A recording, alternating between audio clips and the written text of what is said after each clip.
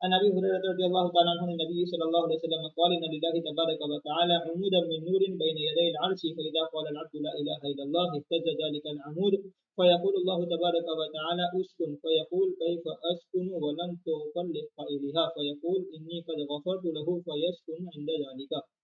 حضرت صلی اللہ علیہ وسلم کا ارشاد ہے کہ عرش کے سامنے نور کا ایک ستون ہے، جب کوئی شخص لا الہ الا اللہ کہتا ہے تو وہ ستون ہلنے لگتا ہے۔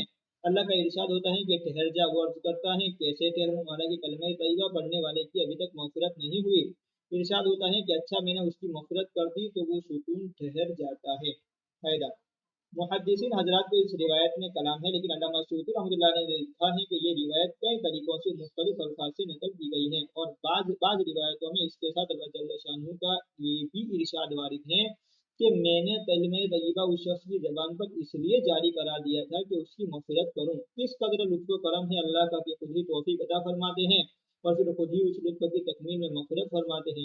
حضرت عطا رحمۃ اللہ علیہ کا قصہ مشہور ہے کہ ایک مرتبہ بازار تشریف لے گئے، وہاں ایک دیوانی بانی فروخت ہو رہی تھی، انہوں نے خرید لی۔ جب رات کا کچھ حصہ گزرا تو وہ دیوانی اٹھی اور وضو کر کے نماز شروع کر دی اور نماز میں اس کی یہ حالت تھی کہ آنسوؤں سے دم گھٹا جا رہا تھا۔ اس کے بعد اس نے کہا، اے میرے معبود، آپ کو مجھ سے محبت رکھنے کی قسم، مجھ پر رحم فرما دیجیے۔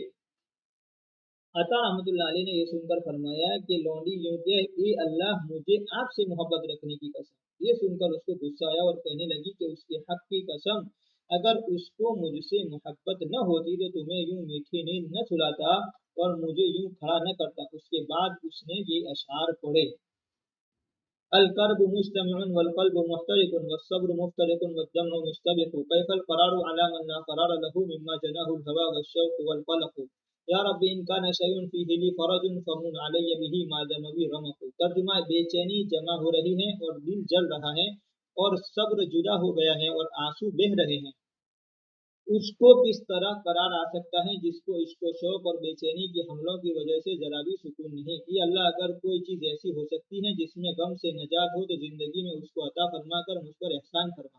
اس کے بعد اس نے کہا، اے اللہ، میرا اور آپ کا معاملہ اب راز میں نہیں رہا، مجھے اٹھا لیجیے۔ یہ کہہ کر ایک چیخ ماری اور مر گئی۔ اس قسم کے اور بھی بہت سے واقعات ہیں اور کھلی ہوئی بات ہے کہ توفیق جب تک شامل حال نہ ہو کیا ہو سکتا ہے۔ وما تشاءون الا ان یشاء اللہ رب العالمین، اور تم بدون خدائے رب العالمین کے چاہے کچھ نہیں چاہ سکتے ہو۔